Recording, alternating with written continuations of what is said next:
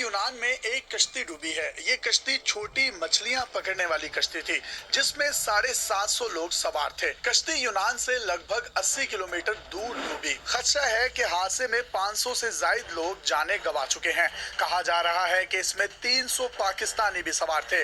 इसमें एक ऐसा बदकिस्मत खानदान भी था जिसके 12 लोग लाखों रुपए खर्च करके मौत के मुंह में चले गए।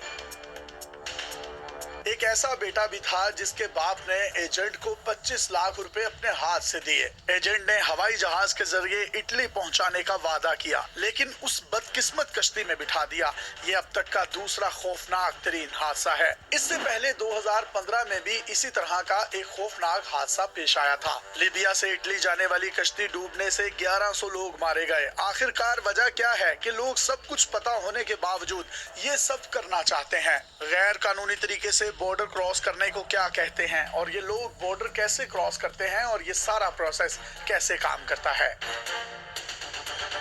गैर कानूनी तरीके से बॉर्डर क्रॉस करने के अमल को डंकी कहा जाता है। डंकी एक इंतहाई खतरनाक और महंगा तरीन अमल है। ये ना सिर्फ जेब पर भारी है, बल्कि जान जाने का भी खतरा होता है। यूरोप जाने के ख्वाब देखने वाले नौजवान पाकिस्तान में मौजूद एजेंट्स को लाखों रुपए देते हैं। इन एजेंट्स में ज्यादातर का ताल्लुक गुजरात और गुजरांवाला से होता है। एजेंट लाखों रुपए लेकर यूरोप जाने के ख्वाहिशमंदों को कोयटा पहुंचाते हैं। एसी बसों में सफर होता है। सुनहरी मुस्तकबिल साफ नजर आ रहा होता है, लेकिन आंखें तब खुलना शुरू होती हैं जब ये जिला चागी पहुंचते हैं। यहाँ इनका पड़ाव नोकंडी में होता है। 20,000 से ज्यादा आबादी के इस शहर की इकोनॉमी चलती ही इंसानी स्मगलिंग पर है। यहाँ रिकॉर्डिंग के सोने की कानें भी हैं, लेकिन मुकामी लोगों के लिए किसी भी किस्म का रोजगार ना होने की वजह से वो लोग इंसानी स्मगलिंग करने पर मजबूर हैं। ये लोग नस्ल दर नस्ल इंसानी स्मगलिंग का काम ही करते आ रहे हैं। भुट्टो दौर में डंकी का सिलसिला शुरू हुआ जो आज तक जारी है। नोकंडी ही वो जगह है जहां डंकी लगाने वालों की आंखें खुलने का सिलसिला शुरू हो जाता है। यहाँ उनके साथ लूट मार की जाती है। उनका सामान, यहाँ तक कि उनके जूते तक चुरा लिए जाते हैं। फिर ये जब ईरान के बॉर्डर पर पहुंचते हैं तो अहलकारों को रिश्वत देकर ईरान में दाखिल होते हैं। यहाँ पाकिस्तानी एजेंट्स का काम खत्म हो जाता है। इन लोगों को 6 से 7 घंटों तक दुश्वार गुजार पहाड़ी रास्तों और तपते हुए रेगिस्तानों में पैदल चलना पड़ता है। बहुत से लोग हिम्मत हार कर बैठ जाते हैं। जिस तरह वक्त किसी के लिए नहीं रुकता, इसी तरह एजेंट भी किसी के लिए नहीं रुकता। कोई मर भी जाए तब भी एजेंट को कोई फर्क नहीं पड़ता। पीछे रह जाने वाले किस हाल में हैं, किसी को उनकी परवाह नहीं होती। इन एजेंट्स को सिर्फ अपनी मंजिल पर पहुंचना मकसूद होता है।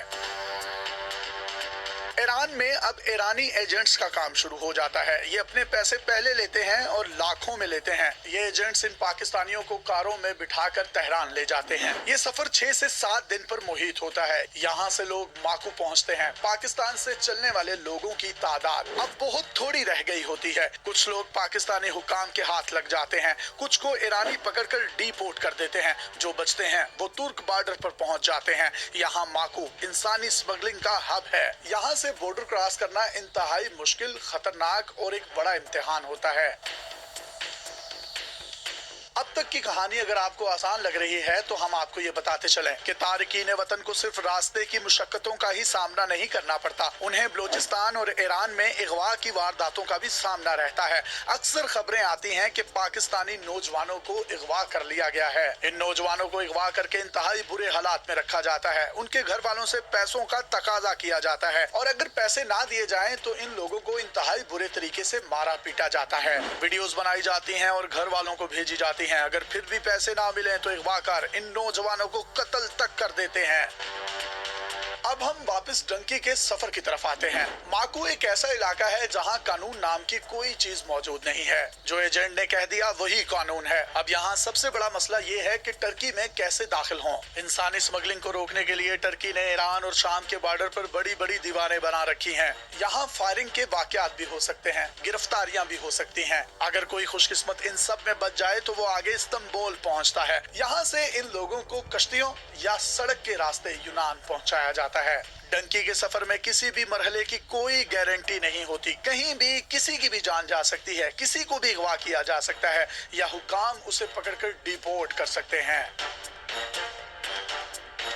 एक एक अंदाजे के मुताबिक पाकिस्तान से सालाना 30 से 40 हजार लोग डंकी लगाते हैं। एक और अंदाजे के मुताबिक रोजाना 3 से 3,500 लोग ये पुरखतर सफर तय करते हैं। हुकूमती सतह पर इसके दुरुस्त अदाद-ओ-शुमार मौजूद नहीं है। अब तो खवातीन और बच्चों ने भी सफर करना शुरू कर दिया है। ये वो बच्चे और खवातीन होते हैं जिनके घर वाले पहले ही डंकी लगाकर यूरोप में सेटल हो चुके होते हैं। अब वो अपने घर वालों को भी इसी रास्ते से उनकी जानों को खतरे में डालकर यूरोप बुलाते हैं। कहा जाता है कि डंकी लगाने वालों में से 10 में से एक शख्स जरूर यूरोप पहुंच जाता है। डंकी के सफर में लोग तो पहले भी मरते रहे हैं, लेकिन अब यूनान में जो सानेहा हुआ है ये एक इंतहाई खतरनाक और दिल को दहला देने वाला है। अब हमारी हुकूमतों और इदारों को मजीद किसी सानहे का इंतजार नहीं करना चाहिए। फौरी तौर पर इस हवाले से एक्शन लेना चाहिए। ये मौत का सफर अब बंद किया जाना चाहिए ताकि कई माओं के लाल, कई बहनों के भाई, कई सुहागनों के सुहाग और कई बच्चों के बाप वे मौत ना मर जाएं। अपने मेजबान यासिर शामी को पाकिस्तान के सबसे बड़े digital media network daily Pakistan से इजाजत दीजिए और देखते रहिए डेली पाकिस्तान।